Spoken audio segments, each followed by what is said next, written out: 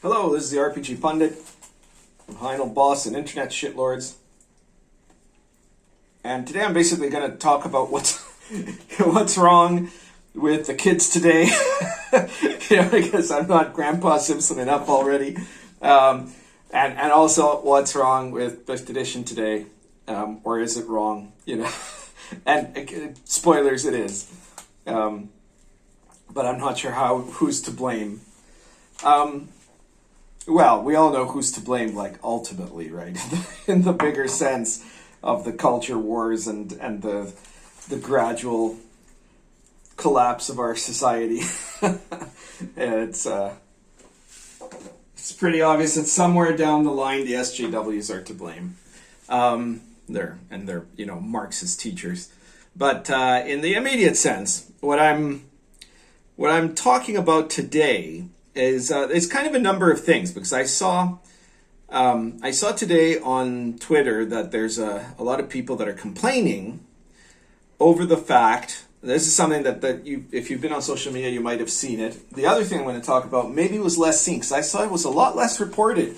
People just were like, oh yeah, okay, that makes sense, and then they missed it, right? Something super important, way more important than the news that has been significantly reported in social media, which is that D&D, in their continuing quest to go as PC as possible and to make gaming not about either heroism or adventuring at all, have been removing the monster descriptions of all kinds of monsters, because what they don't want is to imply, that they're evil, right? Because you're not allowed to have evil in Dungeons and Dragons anymore. So, and this is this started with orcs, because, Democrats in the United States think black people are orcs. We don't know why. Nobody understands this, but they've got some kind of I think maybe they have a collective brain damage, that when they see a black person, they think of an orc and vice versa, which is really, horrifically racist, right? Unbelievably racist of them. But they see that, and so then they kind of assume vice versa. And so based on this incredibly racist perception that they have, they're trying to purge the suggestion of orcs as an evil race, because then that would, they think that would be racist, because they think orcs are black people. It's crazy. I know. I don't know what else they think. Who are goblins in that scenario, right? and gnolls, But this is the ridiculousness of it, right? So yeah, one thing is the humanoid races. But for example, apparently, and this is the big news point that got all over social media, is that they've gotten rid of the description of the beholder. Now, a beholder, almost all of you watching will know, is a giant floating eyeball with a bunch of little tentacles with little eyeballs and giant row of teeth. That's a monster. It's the technical term in 5th edition is an aberration. Right, as in something, an abomination not of nature, right? So it's not even similar to human beings, right? Now theoretically, the humanoid races, so to say, like the orcs and goblins and also dwarves and elves, are at least in some ways similar. The idea, I think, in classical literature is that they should be very different also. But if there should be very different, imagine what a beholder should be, right? Beholder is just a completely alien entity that doesn't think at all like us, right? It's like a mind flayer, right? Same thing. The mind flayer, tentacle-headed creature that eats people's brains, right? But now they're taking away the descriptions of those, because you're not allowed to suggest that beholders and mind flayers are evil, right? That's not allowed, right? Because it's a suggestion, really. The real reason is because that suggests that there is good and evil in the world, and that people have to stand up to certain things that are evil. And they really don't want that to happen, because if people start standing up to stuff that's evil, they know they're going to be the first ones on the fucking wall, right? So this is the motivation. They want to change Dungeons and Dragons from a game of heroic, idyllic adventuring into a game of people hanging around with their other best selves, like an avatar, right? Where it's just basically them, but with blue skin or green skin, or, fairy wings, or they're furries, and they're hanging around having, oh my God, so random moments, and just doing stuff that's like fun and crazy, and their life is a hot mess, right? That's what they want to do with D&D. They definitely don't want to engage in epic conflict against evil, right? They want to represent their diversity. That's super important, right? So it's basically the characters going from one place to another, encountering diversity and having, oh my god, so random moments, and having conversations and eating things. There's probably there's a lot of eating going on, and cafes and music, and then they all go to college, and that's what the newest D&D adventure is. It's Strixhaven, which is Strixhaven is presented as a magical college where your characters are in there and having all kinds of wacky adventures, and their life is a hot mess. That's literally part of the ad print about this book. It's all about your characters' lives being hot messes, and trying to study for finals, and then there's a prom, and it makes you wonder. Like, it's supposed to be college, but it sure sounds like high school. These people are bad at remembering what's supposed to be what here. But so that's Strixhaven basically. And there's almost no heroism in it or any adventuring. But the really interesting thing about Strixhaven is, first of all, it was presented as a campaign book, right? Or as a source book, a setting book, right? Strixhaven was pretty much sold as if it was a setting book or a campaign book. But what it actually is a book of 10 short adventures.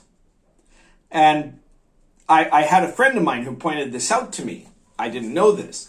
And he was quite pissed off about this, because what he wanted was like a complete guide with like lots of detail, not necessarily with an adventure path or something like that. He wanted to have a world guide to the place, right? Like, World of the Last Sun is a setting book. It has an overview of the whole world, and then it has like 5 major areas, all very different from each other, that you can adventure to or from or use as a home base. And then a bunch of additional material to fill out the rest of the world. And there's adventure seeds in there, but they're not the main part of the thing.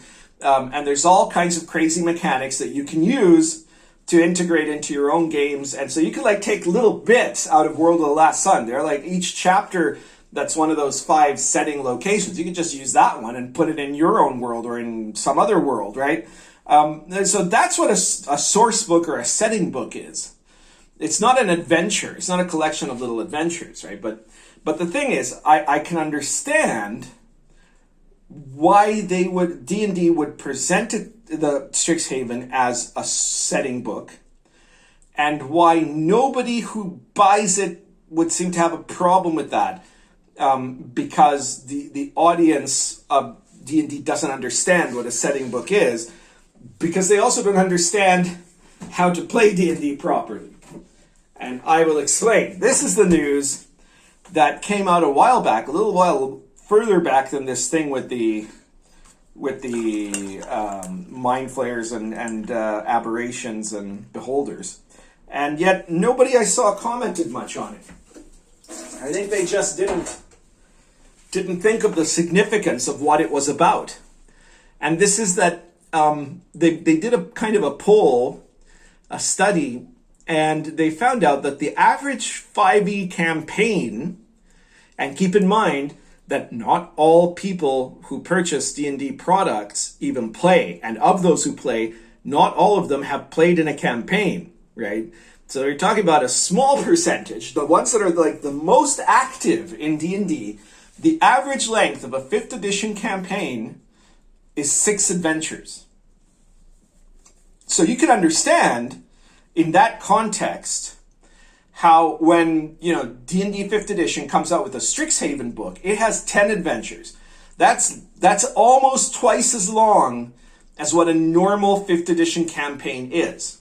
Because basically, 5th edition gamers barely play D&D, and they certainly don't play D&D campaigns. And the thing is, if you don't play D&D campaigns, and a 6 adventure set is not a campaign, if you're not playing campaign level play, you're never actually understanding the limits or the maximum of what the RPG experience can do for you. If you're constantly flipping about, playing different games, You're never committing. If you've never played, any of you, but I suspect that a lot of my audience have done this, but if you've never played in the same campaign, ideally the same character, but it doesn't necessarily have to even be the same character, but it definitely has to be in the same ongoing campaign of, let's say, a minimum of 6 hours a session and one session every 2 weeks, right? So we're talking about like roughly 25 6-hour sessions. If you haven't played that amount of time for 2 years, so 56-hour sessions, of the same campaign, you've never understood the peak role-playing experience.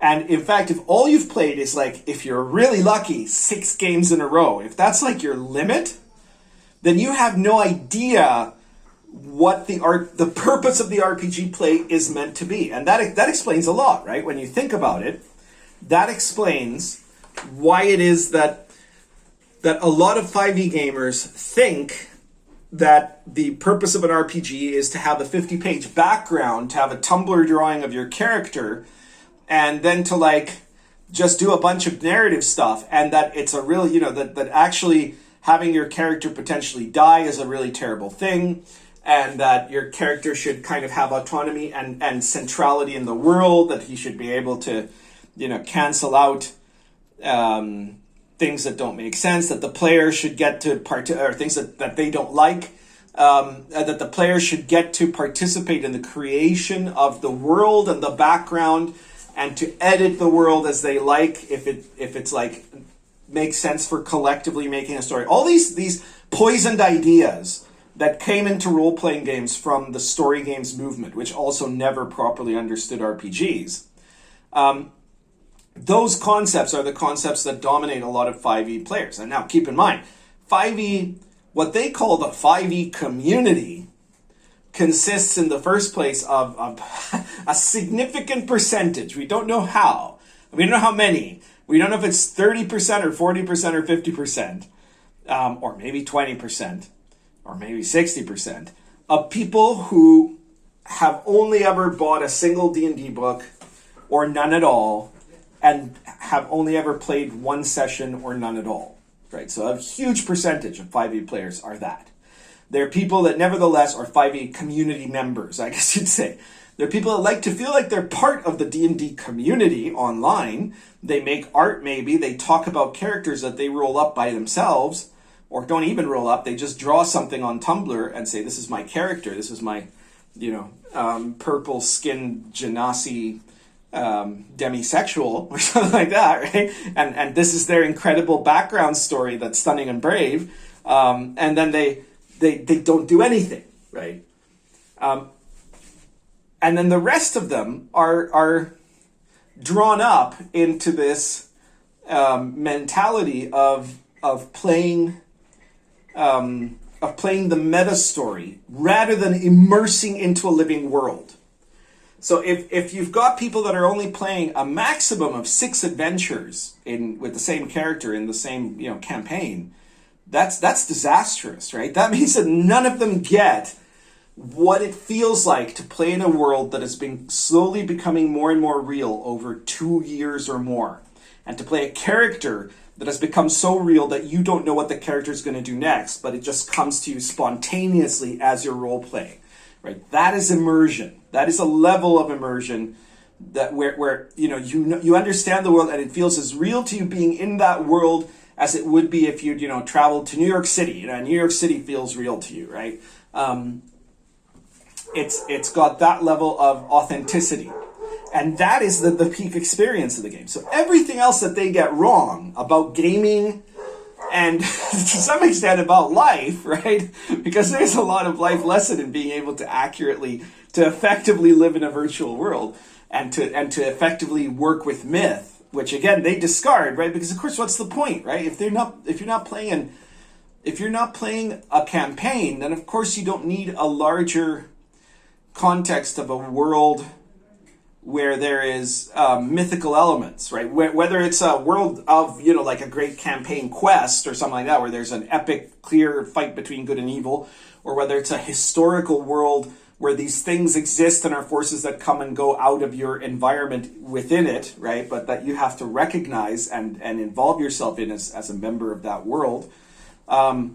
If all of it is 6 sessions, of course, then most of it can just be, oh my God, so random, right? and then that's where you lose the whole deal. And that's what Wizards is deciding to cater to, right? Strixhaven isn't for people that actually like D&D. Strixhaven is for people that like these ideas that emerge out of 5th edition on places like Twitter and to a lesser extent, I think, Facebook and maybe Tumblr. That's what Strixhaven is for. And it's not about being heroic or having, contact with symbolism and myth. It's not about playing your character long enough to be able to be immersed in him. It's not about being in a world that is emulated long enough to feel like a real place, World of the Last Sun, my World of the Last Sun campaign has been going for almost 10 years now. And it's a wacky place, right? Like it is a deeply surreal place. It's different than, say, when I'm playing Lion and Dragon, or if I was playing the Invisible College, which are based in our world, right? World of the Last Sun is a kind of almost an intentional exercise in a ridiculous world. And yet, having played it for 10 years, that world has become real. It has its own rules, right? Rules that would make no sense anywhere else, but that there are completely internally logical, even though they're absurd, right? And so that mastery of being able to create that absurdity, and yet people are, when my players are playing that game, and they've been playing that game for 10 years now, right? Some of them, but it also doesn't matter. It doesn't matter if, like, we have a player that joined 3 months ago, right? And of course, is not quite as immersed yet, but the immersion process becomes so much faster because they can feel immediately the realism of the world as it is being played by everybody, and it sucks them in, right? And then it sucks them into their character and to doing that thing, right? To being part of that immersive process.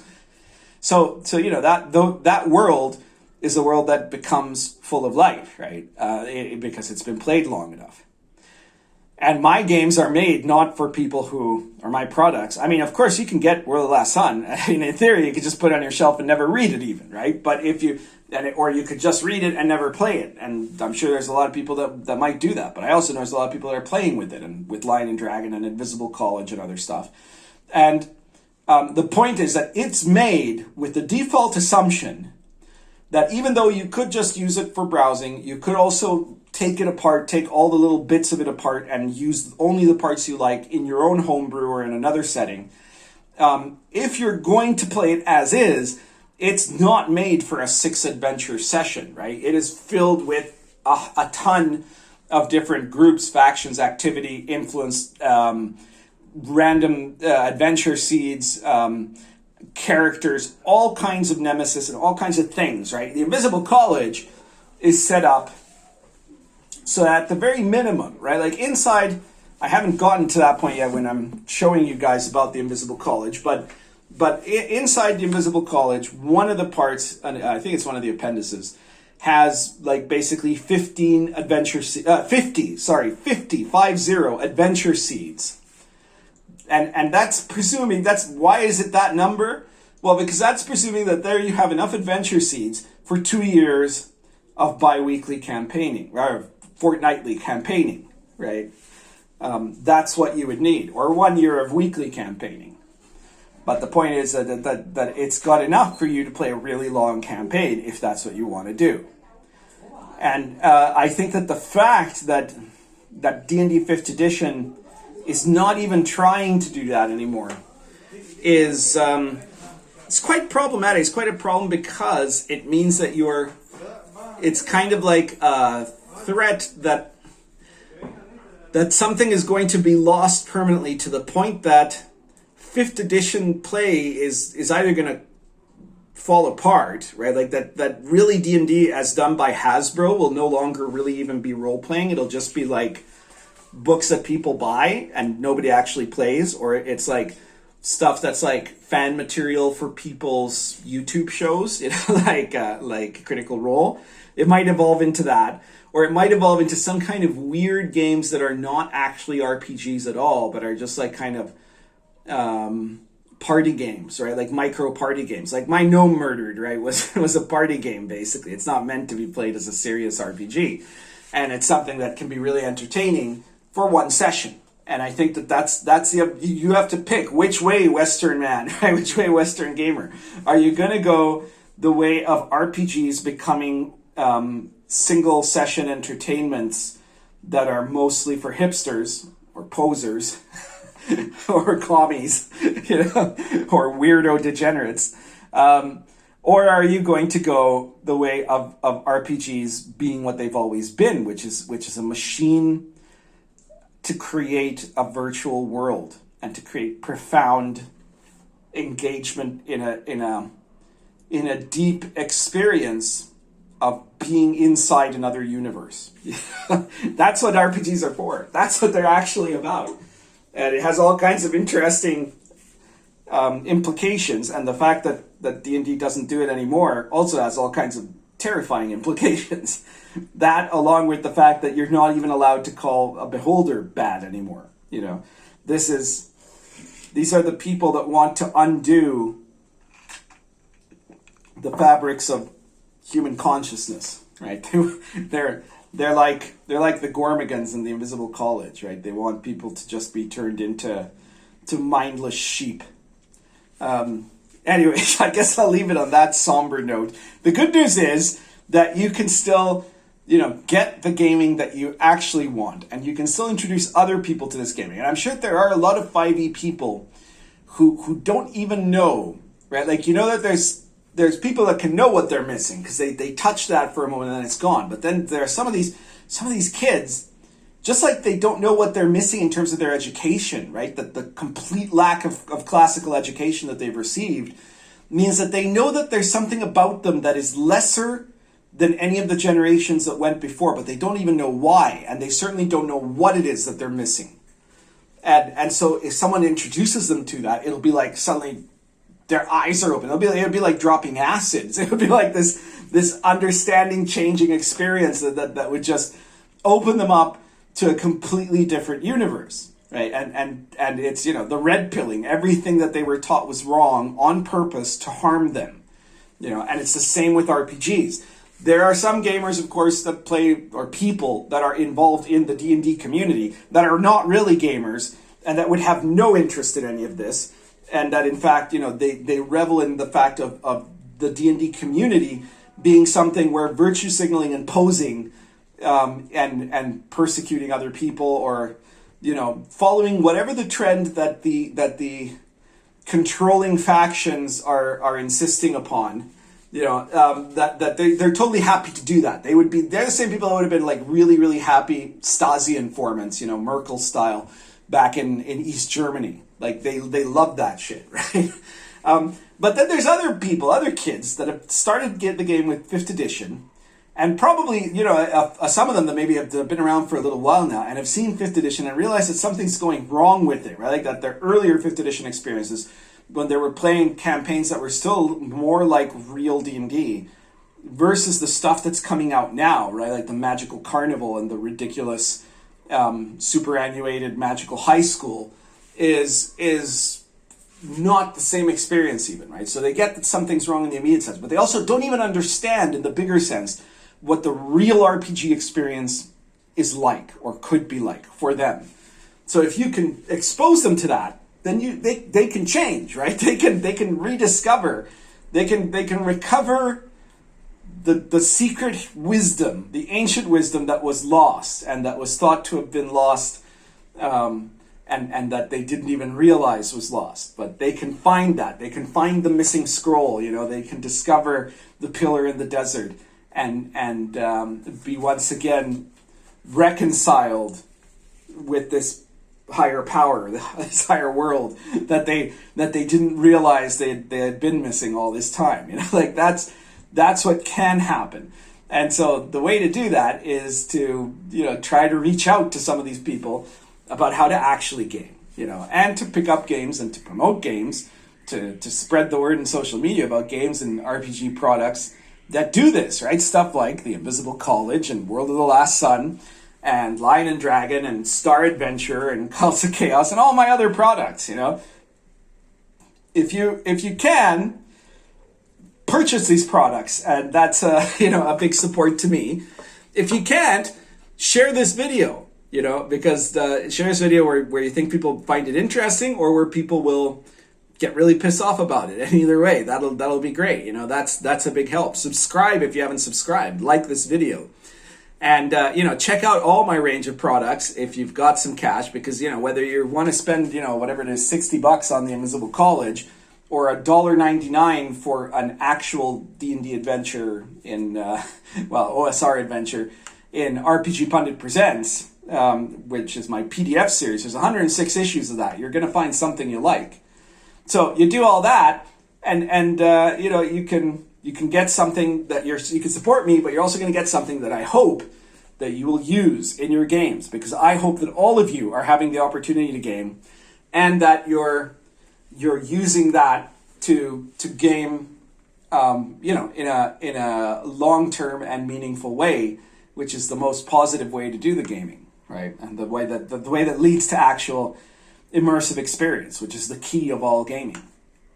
So, spread the word, share my videos, share knowledge about my books, tell 5e gamers that they don't even know what they have been intentionally not taught, and see if any of them can be red-pilled. We have to be, I guess, we have to be the Morpheuses, I guess, of the role-playing world, and show people that glimpse of that other world that exists, so that they understand that the crap that Hasbro is selling them is not their only option. Do that. Currently smoking Lorenzetti Egg plus Argento Natural.